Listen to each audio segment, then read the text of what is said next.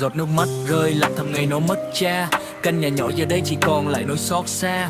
Rồi thêm một lần nữa mẹ cũng rời xa nó, bỏ lại đứa con thơ giữa cuộc đời đầy sóng gió. Những lời xì xào ngoài kia người ta hay nói thằng bé mồ côi chắc tương lai cũng lạc lối. Nhưng ai hiểu trong tim nó đau từng ngày khi cha mẹ không còn ở đây để giang tay. Ai sẽ lo cho nó khi đêm về trời trở lạnh? Ai sẽ ôm nó vào lòng khi nước mắt rơi nhanh? Ai sẽ đưa nó đi qua những ngày mưa gió? Ai dạy nó nên người giữa cuộc đời sóng gió? Nó đã khóc rất nhiều nhưng chẳng ai hay, chỉ biết quay mặt đi để giấu nước mắt rơi đầy. Nó thèm một vòng tay, thèm tiếng gọi thân quen, thèm một mái ấm nhỏ có cha mẹ ở bên. Những ký ức ngày xưa giờ dần phai nhạt, chỉ còn lại trong tim những nỗi đau dồn dập. Bữa cơm ngày nào giờ cũng chẳng còn đông, chỉ còn mình nó ngồi lặng lẽ trong căn phòng. Vì số phận đưa đẩy nó đứng nơi hiên nhà, nhìn dòng đời trôi qua mà lòng đầy xót xa. Không ai nắm tay nó, không ai dẫn lối đi, chỉ còn chính nó bước qua từng ngày cô ly. Thời gian trôi qua cùng ánh mắt người đời, họ nhìn nó như thế một kẻ lạc lõng chơi vơi. Nó vẫn nghe vẫn biết nhưng chẳng nói thành lời, chỉ giữ trong lòng mình những nỗi đau không nguôi. Cứ thế lớn lên trong thiếu vắng tình thương, không có ai dạy bảo nên dễ bước sai đường. Bạn bè xấu kéo theo những tháng ngày lạc lối, để rồi dần đang mình đang kình đánh mất chính tôi.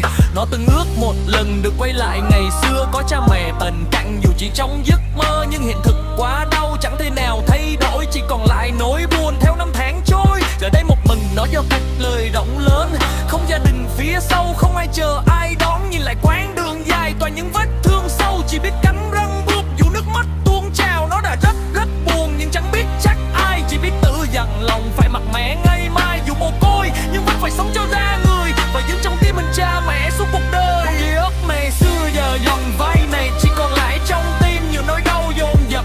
Bữa cơm ngày nào giờ cũng chẳng còn đông, chỉ còn mình nó ngồi lặng lẽ trong căn phòng. Vì số phận đưa đẩy nó đứng nơi hiên nhà, nhìn dòng đời trôi qua mà lòng đầy xót xa. Không ai nắm tay nó, không ai dặn lối đi, chỉ còn chính nó bước qua từng ngày cô ly. Nó đã rất buồn nhưng chẳng biết trách ai, chỉ biết tự dặn lòng phải mạnh mẽ ngày mai. Dù mồ côi nhưng vẫn phải sống cho ra người, và giữ trong tim mình cha mẹ suốt cuộc đời. Những ký ức ngày xưa giàu đứng phai nhạt, chỉ còn lại trong tim những nỗi đau dồn dập. Bữa cơm ngày nào giờ cũng chẳng còn đông, chỉ còn mình nó ngồi lặng lẽ trong căn phòng. Vì số phận đưa đẩy nó đứng nơi hiên nhà, nhìn dòng đời trôi qua mà lòng đầy xót xa. Không ai nắm tay nó, không ai dặn lối đi, chỉ còn chính nó bước qua từng ngày cô ly. Giữ trong tim hình cha mẹ suốt cuộc đời.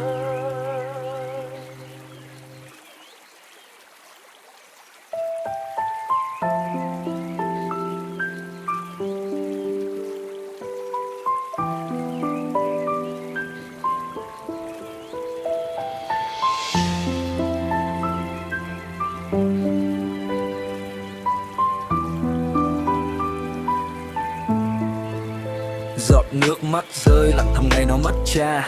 Căn nhà nhỏ giờ đây chỉ còn lại nỗi xót xa. Rồi thêm một lần nữa mẹ cũng rời xa nó, bỏ lại đứa con thơ giữa cuộc đời để sóng gió. Nhưng lời xì xào ngoài kia người ta hay nói thằng bé mồ côi chắc tương lai cũng lạc lối. Nhưng ai hiểu trong tim nó đau từng ngày khi cha mẹ không còn ở đây để giang tay. Ai sẽ lo cho nó khi đêm về trời trở lạnh? Ai sẽ ôm nó vào lòng khi nước mắt rơi nhanh? Ai sẽ đưa nó đi qua những ngày mưa gió? Ai dạy nó nên người giữa cuộc đời sóng gió? Nó đã khóc rất nhiều nhưng chẳng ai hay, chỉ biết quay mặt đi để giấu nước mắt rơi đây. Nó thèm một vòng tay, thèm tiếng gọi thân quen, thèm một mái ấm nhỏ có cha mẹ ở bên. Ký ức ngày xưa giờ dần phai nhạt, chỉ còn lại trong tim những nỗi đau dồn dập. Bữa cơm ngày nào giờ cũng chẳng còn đông, chỉ còn mình nó ngồi lặng lẽ trong căn phòng. Vì số phận đưa đây nó đứng nơi hiên nhà, nhìn dòng đời trôi qua mà lòng đầy xót xa. Không ai nắm tay nó, không ai dẫn lối đi, chỉ còn chính nó bước qua từng ngày cô ly. Thời gian trôi qua cùng ánh mắt người đời, họ nhìn nó như thể một kẻ lạc lõng chơi vơi. Nó vẫn nghe vẫn biết nhưng chẳng nói thành lời, chỉ giữ trong lòng mình những nỗi đau không nguôi. Cứ thế lớn lên trong thiếu vắng tình thương. Không có ai dạy bảo nên dễ bước sai đường. Bạn bè xấu kêu theo những tháng ngày lạc lối, để rồi nhận ra mình đang dần đánh mất chính tôi. Nó từng ước một lần được quay lại ngày xưa, có cha mẹ bên cạnh dù chỉ trong giấc mơ. Nhưng hiện thực quá đau chẳng thể nào thay đổi, chỉ còn lại nỗi buồn theo năm tháng trôi. Giờ đây một mình nó giữa cuộc đời rộng lớn, không gia đình phía sau, không ai chờ ai đón. Nhìn lại quãng đường dài toàn những vết thương sâu, chỉ biết cằn dần bước dù nước mắt tuôn trào. Vẫn đau rất buồn nhưng chẳng biết trách ai, chỉ biết tự dằn lòng phải mạnh mẽ ngày mai. Dù mồ côi nhưng vẫn phải sống cho xa người, và giữ trong tim hình cha mẹ suốt cuộc đời. Mẹ suốt cuộc đời. Nó đã khóc rất nhiều nhưng chẳng ai hay, chỉ biết quay mặt đi để dấu nước mắt rơi đầy. Nó thêm một vòng tay, thêm tiếng gọi thân quen, thêm một mái ấm nhỏ có cha mẹ ở bên. Những ký ức ngày xưa dần phai nhạt, chỉ còn lại trong tim những nỗi đau dồn dập. Bữa cơm ngày nào giờ cũng chẳng còn đông, chỉ còn mình nó ngồi lặng lẽ trong căn phố. Giọt nước mắt rơi lặng thầm ngày nó mất cha. Căn nhà nhỏ giờ đây chỉ còn lại nỗi xót xa. Rồi thêm một lần nữa mẹ cùng rời xa nó, bỏ lại đứa con thơ giữa cuộc đời đầy sóng gió. Những lời xì xa ngoài kia người ta hay nói, thằng bé mồ côi chắc tương lai cũng lạc lối. Nhưng ai hiểu trong tim nó đau từng ngày khi cha mẹ không còn ở đây để giang tay. Nó đã khóc rất nhiều nhưng chẳng ai hay, chỉ biết quay mặt đi để dấu nước mắt rơi đầy. Nó thêm một vòng tay, thêm tiếng gọi thân quen, thêm một mái ấm nhỏ có cha mẹ ở bên. Những ký ức ngày xưa dần phai nhạt, chỉ còn lại trong tim những nỗi đau dồn dập. Bữa cơm ngày nào giờ cũng chẳng còn đông, chỉ còn mình nó ngồi lặng lẽ trong căn phố. Giờ đây một mình nó giữa cuộc đời rộng lớn, không gia đình phía sau, không ai chờ ai đón.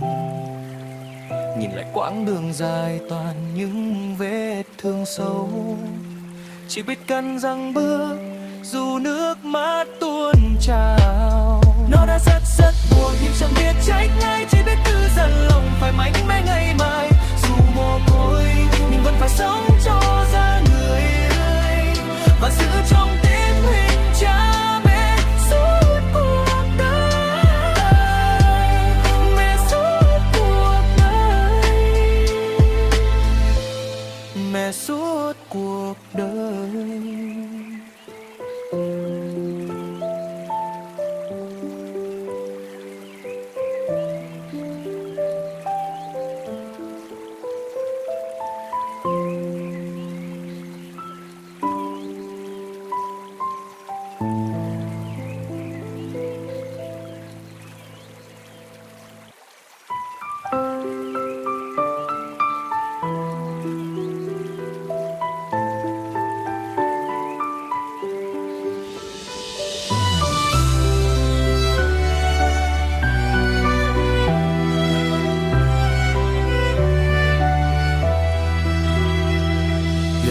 Giọt nước mắt rơi lặng thầm ngày mẹ rời xa. Căn nhà nhỏ vắng đi tiếng nói quen của mẹ hiền hòa. Cha ngồi lặng im, đôi mắt sâu đầy mệt mỏi, nhưng chẳng thể giữ mẹ ở lại giữa cuộc đời.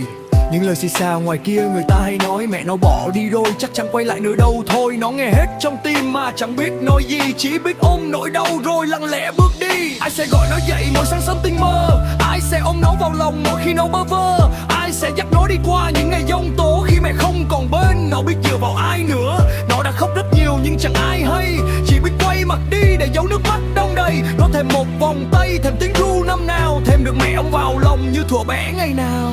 Những ký ức ngày xưa cứ hiện về trong đêm, khi mẹ ru ơi giờ chỉ còn trong giấc êm. Con bếp nhỏ ngày nào giờ lạnh tanh khói, chỉ còn lại mình nó với nỗi buồn không lời. Vì mẹ đã bước đi không một lần quay lại, để nó đứng nơi hiên nhìn theo trong tê tái. Đôi chân nhỏ chạy theo nhưng chẳng kịp níu giữ, chiếc xe xa dần cuốn theo bao ký ức. Và ngày tháng trôi qua nó lớn lên từng ngày, mang trong tim câu hỏi mẹ giờ đang ở đâu vậy. Nó vẫn nghe người ta nói đủ điều sau lưng, nhưng chẳng thể nào quên hình bóng mẹ trong lòng mình. Rồi một ngày nó quyết lời quê hương đi xa, mang theo hy vọng nhỏ tìm lại mẹ năm xưa. Bước chân lên phố thị nơi dòng người đông đúc, giữa biển người xa lạ nó càng thêm lạc bước. Nó đi qua bao nơi hỏi thăm từng con phố, chỉ mong một lần thôi được nghe tiếng mẹ gọi nó, nhưng đáp lại chỉ là những cái lắc đầu lạnh, khiến tim nó cho đau thêm từng nhịp thở mong manh. Có những đêm mệt nhoài ngủ vội nơi hiên vắng, giấc mơ thấy mẹ về nụ cười hiền và ấm. Nhưng từng giấc đã rồi chỉ còn là khoảng trống, nước mắt lại rơi trong nỗi nhớ mênh mông. Giờ đây nó vẫn đi giữa cuộc đời rộng lớn, mang theo niềm tin dù nhỏ bé cô đơn. Dù mẹ ở nơi đâu nó vẫn luôn tìm kiếm, vì trong tim nó mẹ là điều thiêng liêng. Giờ đây nó vẫn đi giữa cuộc đời rộng lớn, mang theo niềm tin dù nhỏ bé cô đơn. Dù mẹ ở nơi đâu nó vẫn luôn tìm kiếm, vì trong tim nó mẹ là điều thiêng liêng. Nó biết hết trong tim mà chẳng biết nói gì, chỉ biết ôm đôi đầu rồi lặng lẽ bước đi. Ai sẽ gọi nó dậy một sáng sớm tinh mơ, ai sẽ ôm nó vào lòng mỗi khi nó bơ vơ, ai sẽ dắt nó đi qua những ngày giông tố. Khi mẹ không còn bên nó để sao nào ai nữa, nó đã khóc rất nhiều nhưng chẳng ai hay.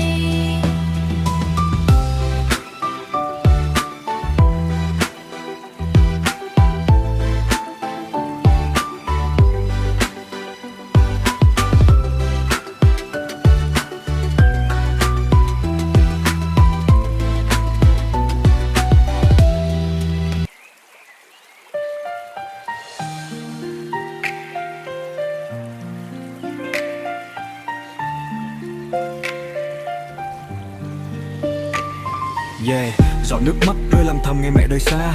Căn nhà nhỏ vắng đi tiếng nói quanh của mẹ hiền hòa. Cha ngồi lặng im đôi mắt sâu đầy mệt mỏi, nhưng chẳng thể giữ mẹ ở lại giữa cuộc đời. Những lời xì xào ngoài kia người ta hay nói, mẹ nó bỏ đi rồi chắc chẳng quay lại nữa đâu thôi. Nó nghe hết trong tim mà chẳng biết nói gì, chỉ biết ôm nỗi đau rồi lặng lẽ bước đi. Ai sẽ gọi nó dậy mỗi sáng sớm tinh mơ, ai sẽ ôm nó vào lòng mỗi khi nó bơ vơ, ai sẽ dắt nó đi qua những ngày giông tố. Khi mẹ không còn bên nó biết dựa vào ai nữa. Nó đã khóc rất nhiều nhưng chẳng ai hay, chỉ biết quay mặt đi để giấu nước mắt đông đầy. Nó thèm một vòng tay thêm tiếng ru năm nào, thèm được mẹ ôm vào lòng như thuở bé ngày nào. Những ký ức ngày xưa cứ hiện về trong đêm, tiếng mẹ ru à ơi giờ chỉ còn trong giấc em. Căn bếp nhỏ ngày nào giờ đàn anh khói, chỉ còn lại mình nó với nỗi buồn không lời. Vì mẹ đã bước đi không một lần quay lại, để nó đứng nơi hiên nhìn theo trong tay tái. Đôi chân nhỏ chạy theo nhưng chẳng kịp níu giữ, chiếc xe xa dần cuốn theo bao ký ức. Và ngày tháng trôi qua nó lớn lên từng ngày, mang trong tim câu hỏi mẹ giờ đang ở đâu vậy. Nó vẫn nghe người ta nói đủ điều sau lưng, nhưng chẳng thể nào quên đã cho hóc mừng. Rồi một ngày nó quyết rời quê hương đi xa, mang theo hy vọng nhỏ tìm lại mẹ năm xa. Mang chân lên phố thủy nhớ trong người đông đúc, giờ đầy người sân yêu. Nó khóc rất nhiều nhưng chẳng ai hay, chỉ biết quay mặt đi để giấu nước mắt đông đầy. Nó thèm một vòng tay thêm tiếng ru năm nào, thèm được mẹ ôm vào lòng như thuở bé ngày nào. Những ký ức ngày xưa cứ hiện về trong đêm, tiếng mẹ ru à ơi giờ chỉ còn trong giấc em. Căn bếp nhỏ ngày nào giờ lạnh anh khói. Có những đêm mệt nhoài ngủ vội nơi hiên vắng, giấc mơ thấy mẹ về nụ cười hiền và ấm. Nhưng tình giấc thay rồi chỉ còn là khoảng trống, nước mắt lại rơi trong nỗi nhớ mênh mông. Giờ đây nó vẫn đi giữa cuộc đời đông lớn, mình theo niềm tin dù nhỏ bé cô đơn. Dù mẹ ở nơi đâu mới mãi lắm tìm kiếm, cha chân tên non mẹ lại vẫn tìm kiếm. Nó đã khóc rất nhiều nhưng chẳng ai hay, chỉ biết quay mặt đi để giấu nước mắt đông đầy. Nó thèm một vòng tay thêm tiếng ru năm nào, thèm được mẹ ôm vào lòng như thuở bé ngày nào. Những ký ức ngày xưa cứ hiện về trong đêm, tiếng mẹ ru à ơi giờ chỉ còn trong giấc em. Căn bếp nhỏ ngày nào giờ lạnh tanh khó đây. Nó đã khóc rất nhiều nhưng chẳng ai hay, chỉ biết quay mặt đi để giấu nước mắt đông đầy. Nó thêm một vòng tay thêm tiếng ru năm nào, thèm được mẹ ôm vào lòng như thuở bé ngày nào. Những ký ức ngày xưa cứ hiện về trong đêm, tiếng mẹ ru à ơi giờ chỉ còn trong giấc em. Căn bếp nhỏ ngày nào giờ lạnh tanh khó. Nó đã khóc rất nhiều nhưng chẳng ai hay, chỉ biết quay mặt đi để giấu nước mắt đông đầy. Nó thêm một vòng tay thêm tiếng ru năm nào,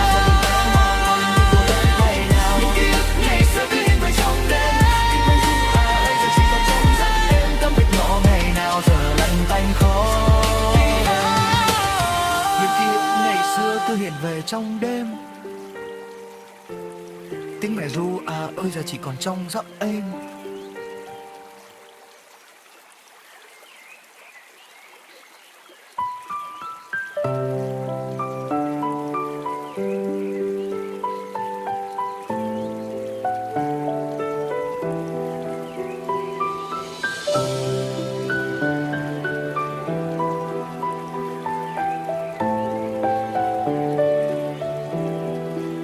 Giọt nước mắt rơi lặng thầm ngày mẹ rời xa.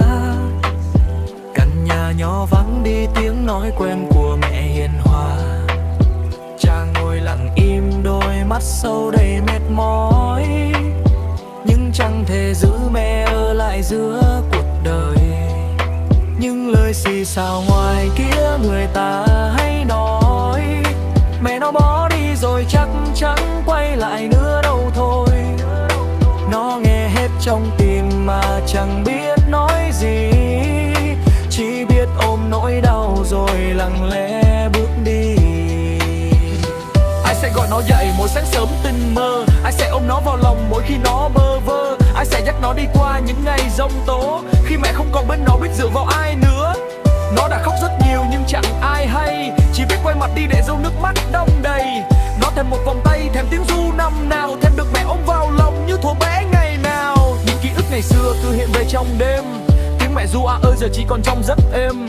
Căn bếp nhỏ ngày nào giờ lạnh tanh khói, chỉ còn lại mình nó với nỗi buồn không lời. Vì mẹ đã bước đi không một lần quay lại, để nó đứng nơi hiên nhìn theo trong tê tái. Đôi chân nhỏ chạy theo nhưng chẳng kịp níu giữ, chiếc xe xa dần cuốn theo bao ký ức. Và ngày tháng trôi qua nó lớn lên từng ngày, mang trong tim câu hỏi mẹ giờ đang ở đâu vậy.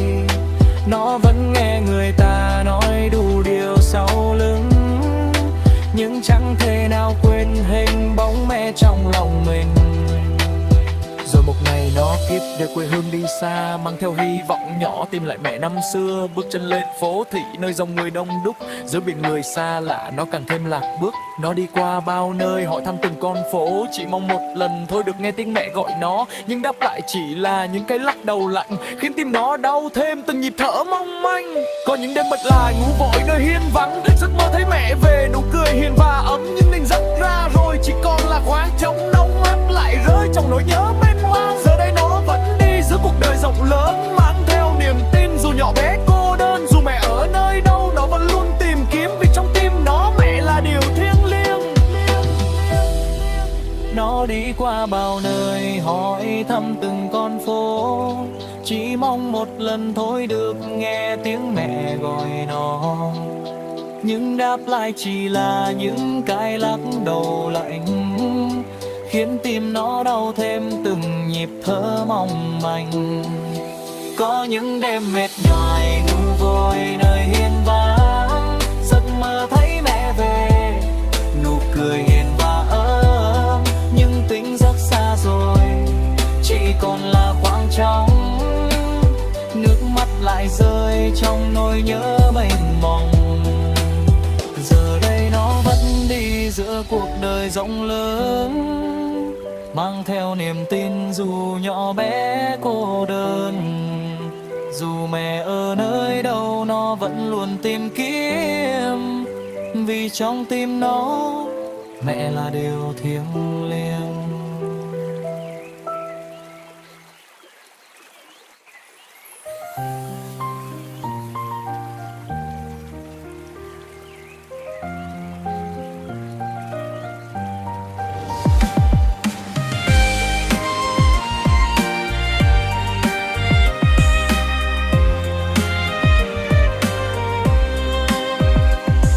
Giọt nước mắt rơi nhẹ khi tôi đứng nhìn bạn cười, nụ cười ấy đâu dành cho tôi mà là cho một người. Nhưng lời trêu đùa bạn bè cứ vang lên sau lưng, tụi nó hợp nhau ghê còn tôi thì lặng im không ngừng. Ai sẽ hiểu cho tôi khi lòng này đang rối bời, ai biết mỗi ngày qua tôi nhớ bạn đến nghẹn lời. Ai thấy tôi đứng xa nhìn bạn tan học mỗi chiều, chỉ dám đi phía sau chẳng dám nói một câu yêu. Tôi đã thức bạn lâu nhưng chẳng dám nói ra, sợ một khi nói rồi ta chẳng thể như hôm qua. Tôi thêm một lần thôi được bạn gọi tên mình, nhưng có lẽ với bạn tôi chỉ là bạn vô hình, vì bạn đã có người luôn đi cạnh bên. Ánh mắt bạn trao họ làm tim tôi đau thêm. Tôi đứng nơi góc lớp nhìn hai người nói cười, còn bên tôi lặng lẽ giấu nước mắt vào trong tim thôi. Ngày tháng trôi qua những rung động họng trò, tôi vẫn giữ trong tim chẳng dám nói một câu cho. Dù biết rõ trong lòng sẽ chẳng có kết quả, nhưng vẫn cứ âm thầm yêu bạn. Nhưng tất cả cứ thế tôi lớn lên cùng nỗi nhớ không tên, những dòng tin nhắn viết rồi lại xóa đi thêm. Bạn vẫn vô tư như chưa từng hay biết, Rằng có một người vì bạn mà ta thiết tan học chiều mưa. Tôi vẫn đứng chờ xa, nhìn bạn lên xe người ta, tim tôi như vỡ ra. Con đường quen thuộc giờ dài hơn mọi ngày, vì thiếu đi hình bóng mà tôi vẫn thường thấy. Có những đêm một mình nhìn điện thoại sáng lên, chỉ mong đó là bạn nhưng rồi lại quên tên. Tôi cười cười thịt mơ khi cứ mãi hy vọng, trong khi vị trí của tôi chỉ là người đứng trông. Giờ đây ký ức ấy vẫn còn trong tim tôi, một mối tình đơn phương chẳng thể nói thành lời. Dù sau này mỗi đứa một con đường riêng lối, tôi vẫn nhớ về bạn như một thời nông nổi. Dù sau này mỗi đứa một con đường riêng lối, tôi vẫn nhớ về bạn như một thời nông nổi.